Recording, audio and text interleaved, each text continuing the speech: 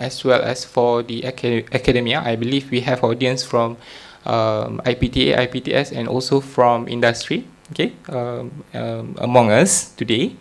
So you need to be able to, if you intend to come up with application, web-based application or website design targeting for specific type of users, okay, you can look into their culture background, okay. And by identifying culture markers, you are able to incorporate some of the design element into the particular digital artifact that you are trying to come up with. Okay, so what is basically cultural markers? We can actually understand the term. Okay, in simple term, culture markers. Okay, by looking at the colors. Okay, by looking at the icon, the way that you organize your information, the you structure your particular applications. Okay, can be defined to a certain particular group of people. Okay. So this is what is can be considered upon designing a particular structure, especially for IA structure, because I'm going to explain that by in this particular introduction is more on the cultural aspect, so that you have an overview of the cultural studies. Okay. Okay, by looking at this particular example, okay, considered as cultural markers, okay, we see this particular symbol as in color of red. Okay, the first impression for me personally, I would say that it's strained to my eyes. Okay, I do not like, right? But if we look clearly, okay, if we look upon the color culture chart that was being, I think, also being proposed by him, okay, Barber and Badra. Okay, they have some specific, okay, colors that have different representation or different meaning.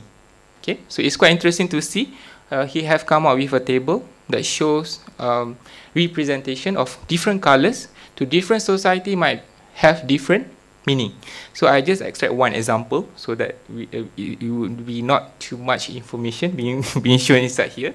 So basically, the first culture would be Chinese. Okay, we just celebrated with the Chinese community. Just okay, Chinese New Year. Okay, so red represents or symbolizes happiness. Okay. Okay, but for Egyptians, if you show this particular, if you have this particular digital artifact or website in red, they found it offensive. Okay, because it symbolizes death. Okay, so we have to be very careful. Okay, especially if you intend to sell a particular product or service. Okay, so the usage of color, you may see this as not important or not significant, but it can affect, okay, whether you can secure your transaction or your deal with that particular customers. Okay, so the usage of colors, you need to be very careful.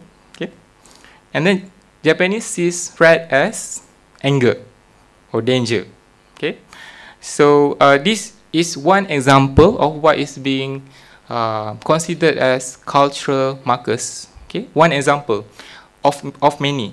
So, but due to the time constraint, I am only able to show one example so that you have an idea, okay, of what is the importance of considering the context, especially on designing the structure for IA. Later, I will show you the example of our work where we actually look into this particular aspect, but we concentrate or emphasize on this niche area of information architecture. Okay. Okay, this is also our primary work. Okay, before we actually venture into detail of information architecture, we have also looked into Islamic culture, looking at the Muslim user interface. Okay, we have come up with a checklist. Okay, what should be inside the particular so-called Islamic general website. Okay, and it can also be referred as a guideline as well for those who may want to come up with Islamic general website, or you may want to concentrate on the halal enterprise or industry. Okay, selling a particular halal food. Okay, you may want to call yourself as the Islamic general website in that particular category.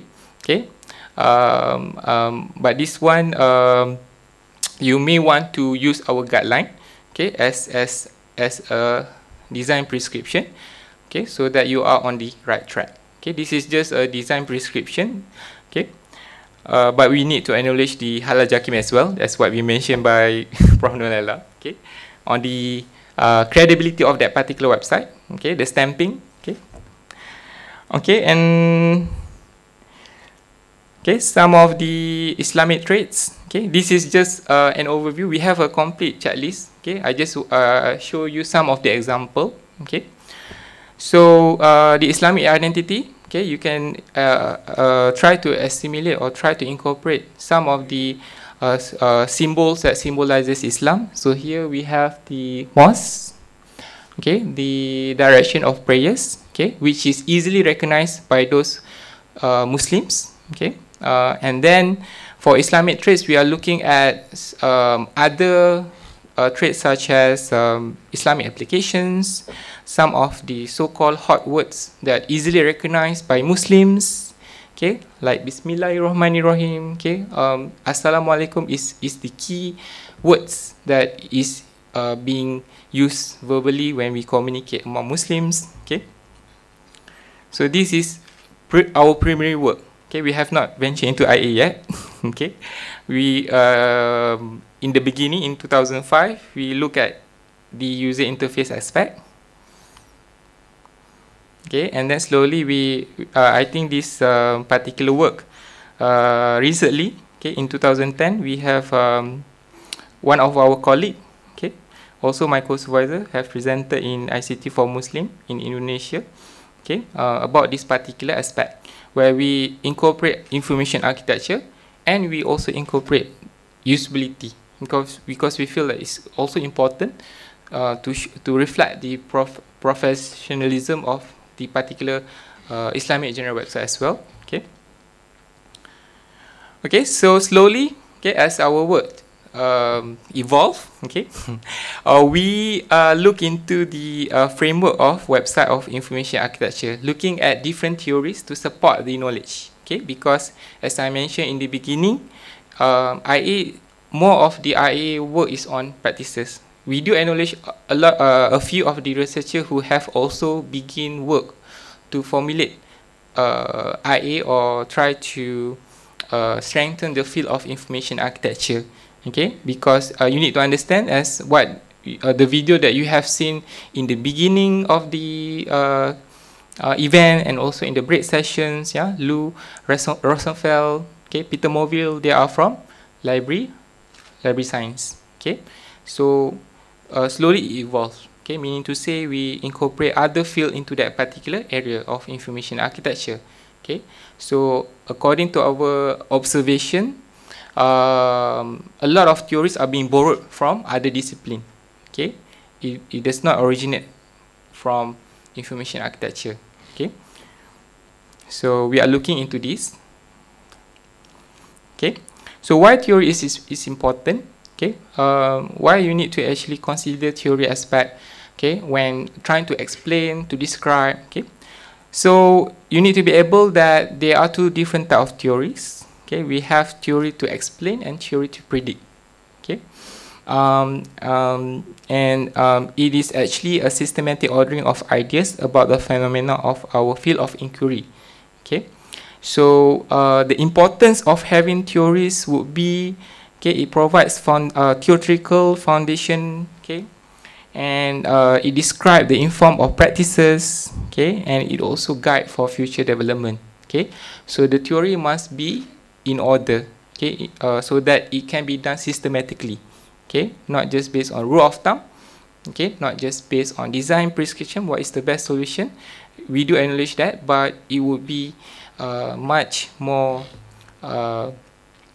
better if you can do it systematically. So having a theory as the basis of knowledge is rather important, so that everything will fall into places. Okay. Okay, so this is our work basically.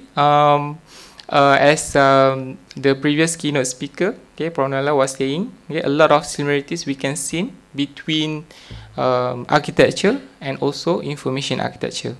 Architecture in the sense of the physical environment, okay, when you're trying to come out with a particular building, okay, you need to look at the materials, okay, the foundation, okay, you need to look at the structural foundation, okay, the material being used, okay, the rock, the cements, okay, and also the how you are going to contextualize the aesthetic aspect of that particular building, okay.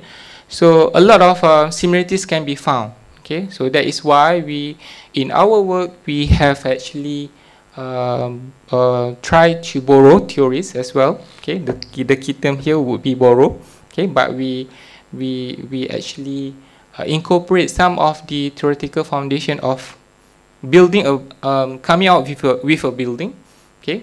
The theories can be found, the so-called theory of Vitruvius theory, okay, meaning to say you need to have the pillars, the material being used, and the way that you are going to contextualize the building, okay, the colors and so forth, okay.